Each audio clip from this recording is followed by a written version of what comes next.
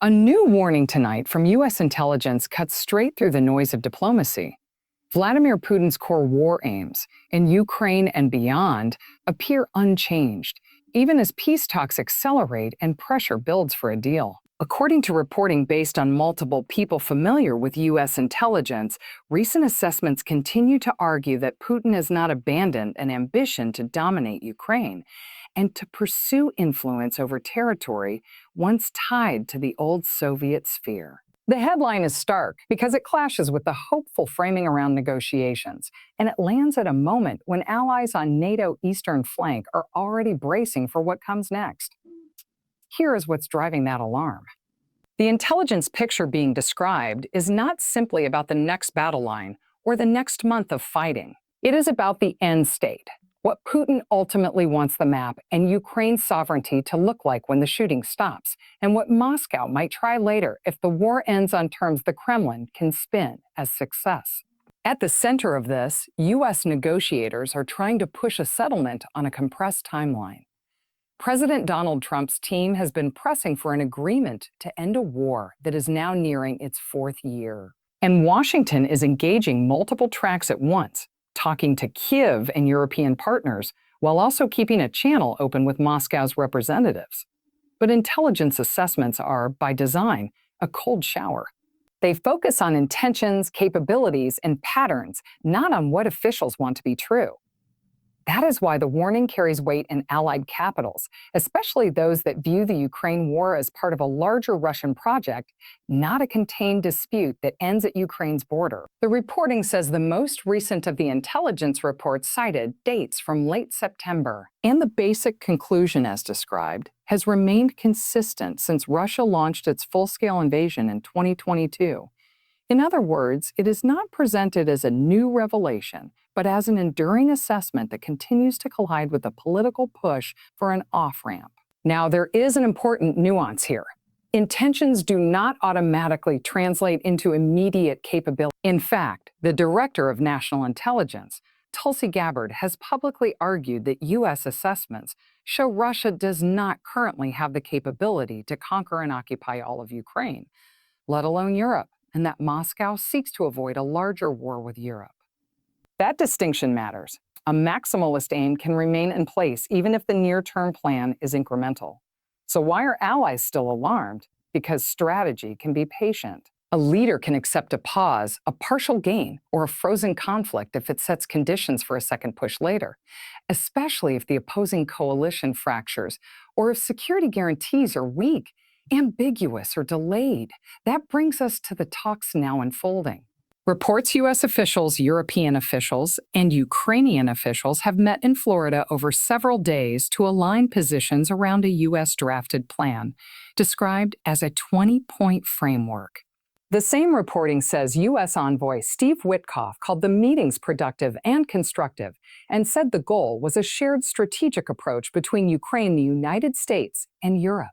Separate talks also included Russian representatives. Witkoff met with Putin's special envoy, Kirill Dmitriev, and then met with Ukrainian and European officials, with Ukraine's delegation led by senior official Rustem Umerov. But even as that diplomatic choreography played out, the question remained, what exactly is Russia prepared to accept, and what exactly would Ukraine be asked to concede? Well, on that point, that's what the public message has been blocked out.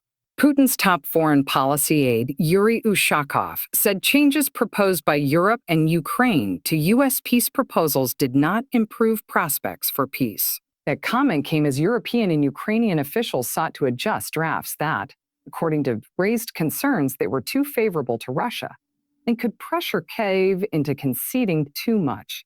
This is the heart of the problem. Any deal that looks like it rewards aggression risks undermining deterrence across Europe. But any deal that demands Moscow give up what it has seized runs headlong into the Kremlin's insistence that it keeps what it has taken, and into Putin's domestic narrative that the war has proven Russia's strength. And that is why intelligence about Putin's aims is not an abstract talking point. If the assessment is that the end goal remains the subjugation of Ukraine, then a ceasefire without durable enforcement becomes dangerous because it can function as a reset. not a resolution. Let's be clear about what is publicly known and what is not. The precise text of the latest U.S. draft and the European and Ukrainian amendments has not been fully disclosed publicly. According to, that makes it difficult to judge specifics, but it also underscores why allies are anxious. If the architecture of a deal is unclear, speculation fills the vacuum, and trust becomes a currency that runs out fast. Even so, we can say this with confidence. Territory is the central dispute. Reporting says Russia wants to keep the areas it has seized, while Kyiv has refused to cede ground. Another report describes pressure on Ukraine related to withdrawing from a remaining small area it controls in Donetsk, a point Ukrainian President Volodymyr Zelensky and many Ukrainians reject, according to that same reporting. So if you are in Warsaw or Vilnius or Riga or Tallinn, here is the fear: a deal that locks in Russian gains without a credible deterrent shield for Ukraine could teach Moscow that force works and that the West's red lines are negotiable with time and pressure. That fear is amplified by how U.S. intelligence itself frames the war in a broader context. In the unclassified 2025 Annual Threat Assessment, the U.S. intelligence community says Russia views the war in Ukraine as a proxy conflict with the West and warns that heightened and prolonged political military tensions, coupled with escalation risks, complicate efforts to end the war on acceptable terms. DNI, the same unclassified assessment, also warns that continuing the war perpetuates strategic risks, including unintended escalation to large-scale war, the potential use of nuclear weapons, and heightened insecurity among NATO allies, particularly in Central, Eastern, and Northern Europe. That language is striking because it mirrors what Eastern flank governments have been saying publicly for years. DNI and the assessment's description of momentum is sobering. It says Russia in the past year has seized the upper hand and is on a path to accrue greater leverage to press Kyiv and its Western backers toward negotiations that grant Moscow concessions it seeks, even while noting Putin is unlikely to achieve the total victory he envisioned at the start of the invasion. DNI this matters for interpreting negotiations. If one side believes time favors it, that side has less incentive to compromise. And if intelligence judges Putin sees this war as part of a long-defining contest with the United States and the West, then Moscow's willingness to settle may be narrower than what negotiators hope. Now, pause for a second and ask the simplest question. What does peace mean here? Is it just the absence of daily artillery fire? Or is it a durable settlement that prevents the next invasion, the next coercion campaign, the next round of sabotage, cyber attacks, and political pressure? Because those are different objectives. For Ukraine, the issue is survival and sovereignty. Ukraine has repeatedly said it cannot accept an outcome that leaves it permanently vulnerable or rewards territorial seizure or limits its ability to defend itself.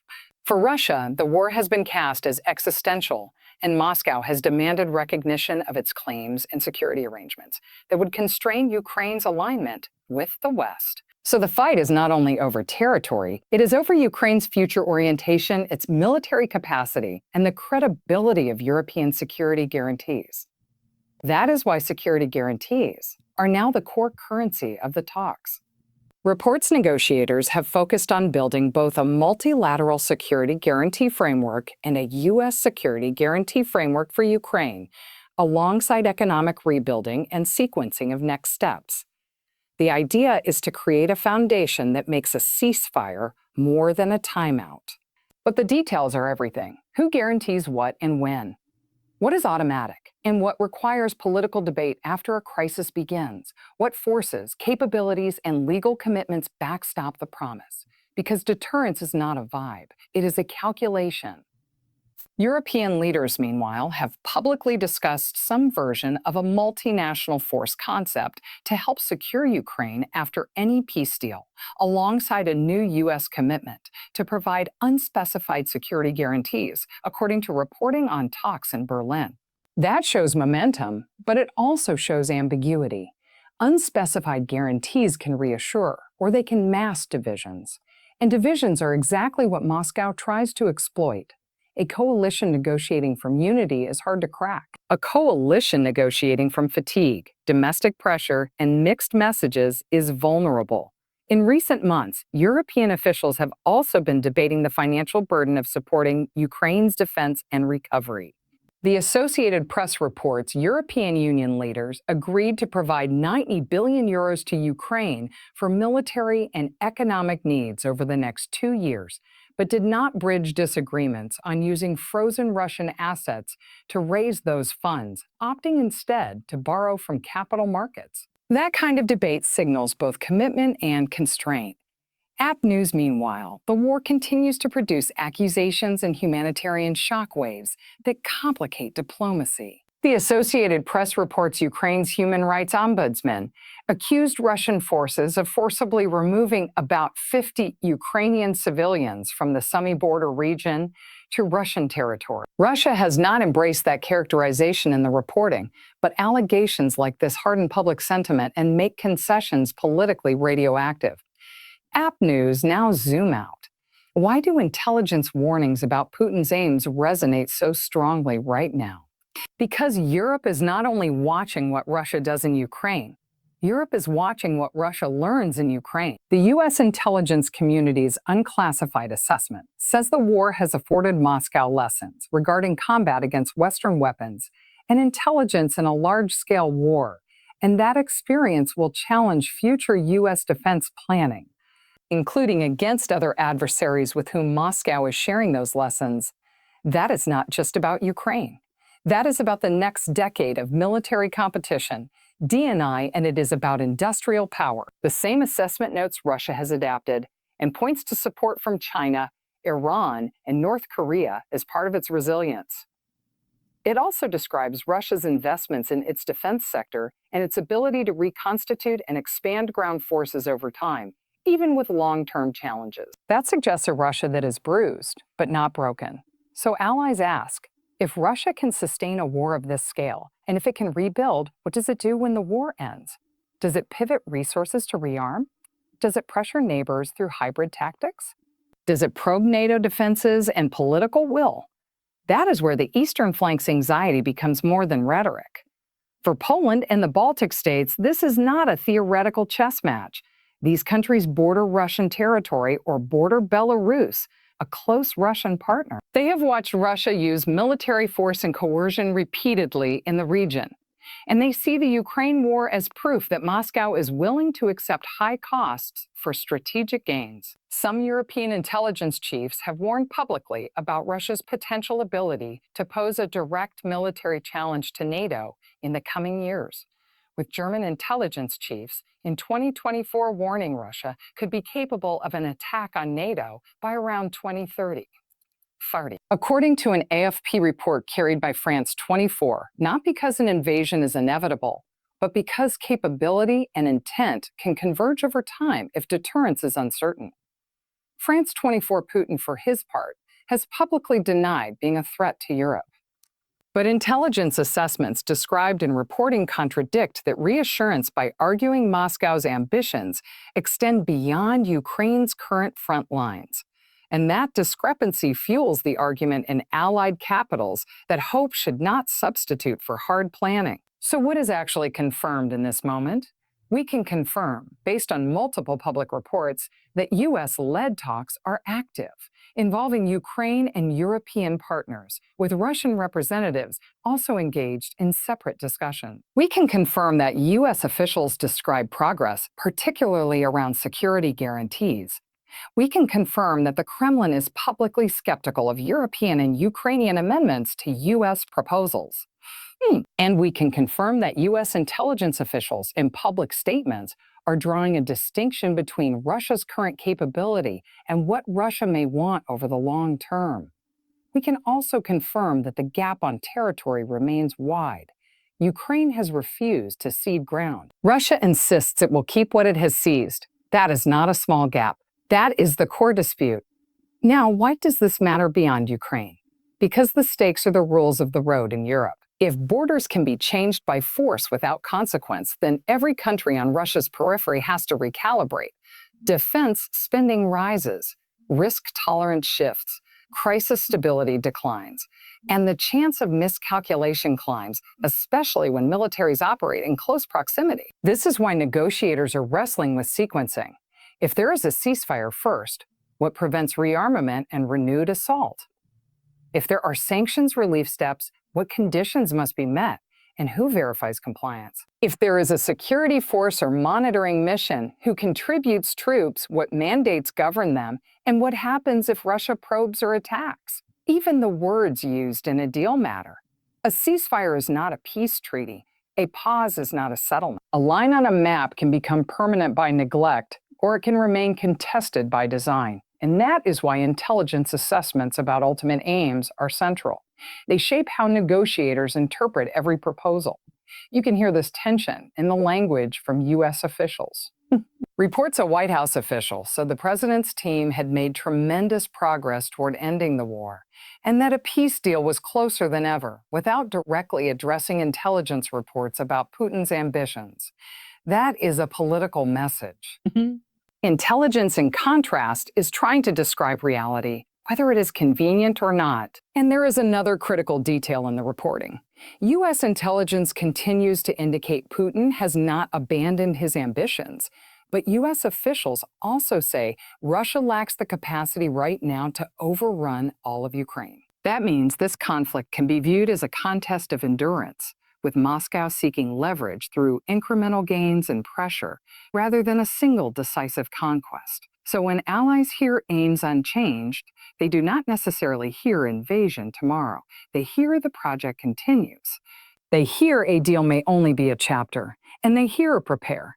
Now consider the domestic side inside Russia, the U.S. Intelligence community's unclassified assessment says Putin appears resolved to pay a very high price to prevail, and notes that most Russian people continue to passively accept the war, with an alternative to Putin less likely than at any point in his long rule. That is significant because it suggests limited internal constraint on Putin's strategic choices. DNI, at the same time, the costs are immense. The same unclassified assessment includes a striking estimate. Russia's military has suffered 750,000 plus dead and wounded in Ukraine. Even allowing for uncertainty in wartime figures, that scale of loss shapes force quality, morale, and long-term demographics. It also shapes how urgently Moscow wants to consolidate gains if the battlefield remains grinding rather than decisive. DNI for Ukraine, the costs are also staggering in lives, infrastructure, and economic stability. Those realities are why Kyiv and its partners talk not only about stopping the fighting, but about recovery and rebuilding. Says the U.S. talks included economic and prosperity plans to rebuild Ukraine. But reconstruction is not possible without security. And security is not credible without enforceable commitments. So what are the possible paths from here? One path is a framework that freezes the conflict along existing lines, paired with strong security guarantees for Ukraine, and a long-term plan to integrate Ukraine economically with Europe. That could reduce immediate bloodshed, but it would also risk normalizing Russian territorial gains, unless the agreement preserves Ukraine's legal claims and sets clear conditions for any future normalization. Another path is a negotiated settlement that includes withdrawals, with phased sanctions relief and an international verification mechanism. That would be more robust, but also harder to reach because it demands Russia give up territory it claims and demands Ukraine trust enforcement measures in a world where trust has been shattered. A third path is that talks continue, but no breakthrough arrives, and the war drags on with intermittent negotiations, limited deals, and continued attrition. In that scenario, the intelligence warning about long-term aims remains the backdrop, and allied unity becomes the decisive variable. And there is a fourth path, the most dangerous: miscalculation, a strike gone wrong, a provocation interpreted as escalation, an accident at sea or in the air, a cyber attack that triggers a response. The U.S. intelligence community explicitly warns about the risks of unintended escalation between Russia and NATO, and that is a reminder that a long war carries cumulative danger. DNI, so what should viewers watch next in the coming days? Watch for whether Moscow provides a clearer written position after Dmitriev briefs Putin, as reports is expected following talks. Public optimism from envoys is one thing.